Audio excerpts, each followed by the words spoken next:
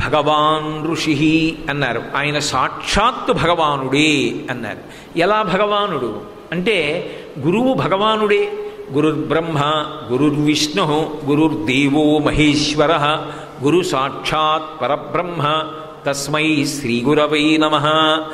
శృంగగిరి పీఠాధిపత్యం వహించిన మహాపురుషులు చంద్రశేఖర భారతీస్వామి వారి దగ్గరికి వెళ్ళి ఒకానొక శిష్యుడు, నాకు 2-3 మంత్రాలు ఉపదేశం ఉన్నాయి, సంధ్యావందనం చేస్తూ గాయత్రి మహామంత్రం చేసేటప్పుడు వేరొక మంత్రాధిష్టాన దేవత యొక్క పాదములు కనపడుతూ ఉంటాయి, ఆ మంత్రం చేసేటప్పుడు ఇంకో మంత్రాధిష్టాన దేవత యొక్క పాదములు కనపడుతూ ఉంటాయి.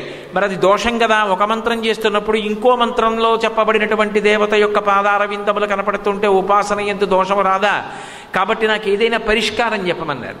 చెప్పమంటే వెంటనే చంద్రశేఖర భారతీస్వామి అన్నారు, మీ గురువు గారి పాదాలు నీకు జ్ఞాపకమేనా అన్నారు. అయ్యో, మా గురువు గారి పాదాలు జ్ఞాపకం లేకపోవడం ఏమిటి? అస్తమానం నమస్కారం చేస్తానుగా, ఏ మంత్రం చేసినా గురువుగారి పాదాలే మననం చేయి, ఒక్క గురువుగారి పాదాలే చూస్తూ అన్ని మంత్రాలు ఉపాసన చేయి, అన్నీ జపం చేయి.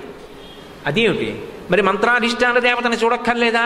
అక్కర్లేదు. గురుర్బ్రహ్మ గురుర్విష్ణు గురుర్దేవో మహేశ్వర, ఎవరైనా గురువే అయినప్పుడు నువ్వు ఏ మంత్రాన్ని ఉపాసన చేసినా గురువుగారి పాదాల వంక చూస్తే చాలు, సమస్త దేవతల్ని ఉపాసన చేసినట్టే, మంత్రములు సిద్ధిస్తాయన్నాడు.